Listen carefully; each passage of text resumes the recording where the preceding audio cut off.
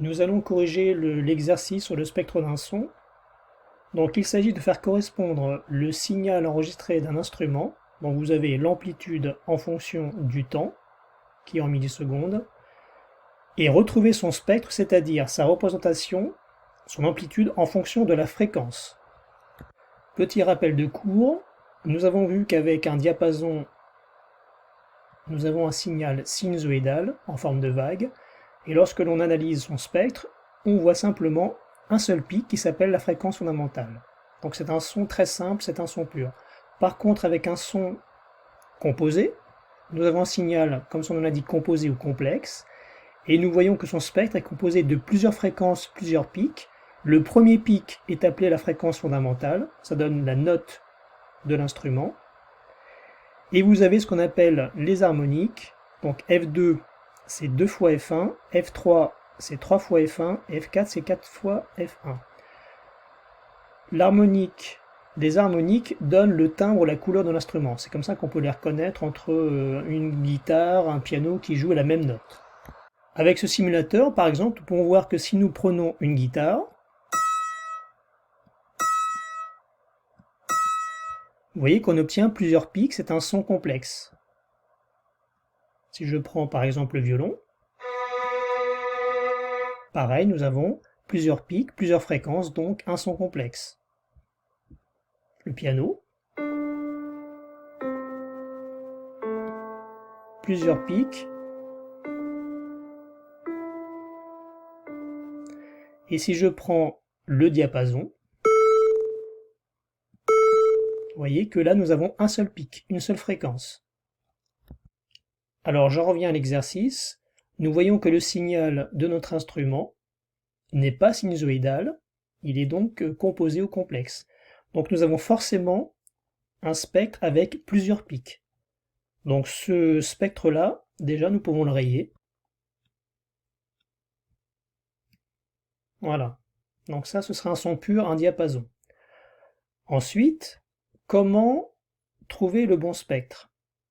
Alors, il faudrait, grâce au signal émis par l'instrument, trouver la note de l'instrument, la fréquence fondamentale, c'est-à-dire le premier pic. Alors essayons de calculer déjà le premier pic, la fréquence fondamentale. Alors pour cela, pour trouver la fréquence du fondamental, il faut d'abord connaître la relation. La fréquence, c'est égal à 1 sur t qui représente la période, c'est-à-dire la durée du motif qui se répète. Alors on voit ici, on part de 0, on a cette partie-là qui se répète régulièrement. Question, comment déterminer cette durée? Alors deux méthodes, l'une plutôt imprécise, on prend simplement le motif qui se répète une seule fois et on essaie de mesurer cette durée-là, ou alors ce qui est plus précis, vous prenez plusieurs périodes. Donc en prenant plusieurs motifs qui se répètent dans plusieurs périodes, vous avez une meilleure précision de mesure. Alors, pour faire ça, je vous montre là un petit peu. Donc je prends finalement de ce point-là à alors, une période, deux périodes, à ici. Donc si je fais comme ça, voilà, ça,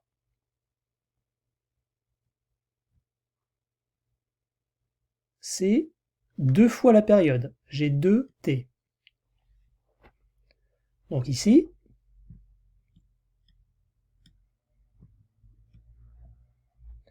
donc 2t égale, si on regarde en millisecondes, on voit à peu près, allez, 5,5 millisecondes.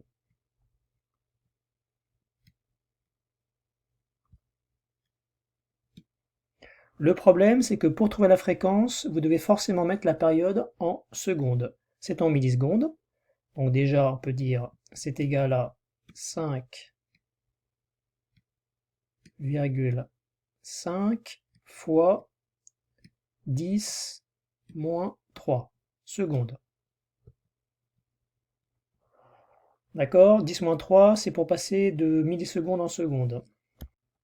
D'où une période, évidemment, je vais diviser ce chiffre par 2, donc 5,5, 10 moins 3, le tout divisé par 2. Et on obtient environ, donc environ 2,75 fois 10 moins 3 secondes. Je l'applique la relation que vous devez connaître. Donc fréquence égale 1 sur t égale 1 divisé par 2,75 fois 10 moins 3. Et nous obtenons environ 364 Hz.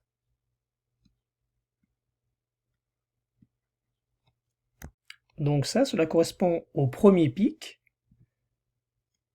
C'est mon fondamental.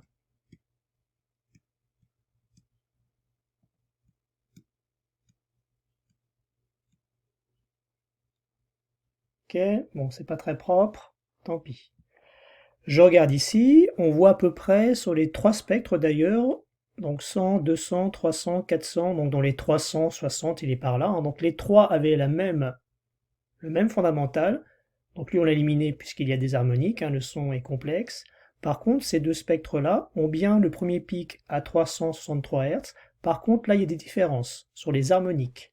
Normalement, l'harmonique, donc F2, c'est égal à 2 fois F1. Donc, 2 fois, 363, et ça nous donne 726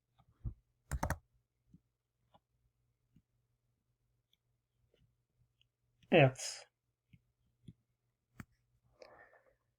Regardons. Second spectre, 500, 600, 700, 800, 726, ça a l'air de coller. Par contre ici, ce second pic, donc ce serait F2, ce serait dans les 550. Donc vous voyez déjà, ça ne colle pas. On pourrait vérifier si on fait F3, donc 3 fois, toujours la même définition, F1 égale 3 fois 363, et ça donne 1089 Hz. Si on regarde, 1089 c'est pratiquement 1100, vous voyez qu'ici on est pratiquement à 1100, donc ce serait F3. Donc là bien sûr il n'y a rien. Si on faisait F4, donc 4 fois 363, on verrait qu'on serait environ dans les 1350 Hz.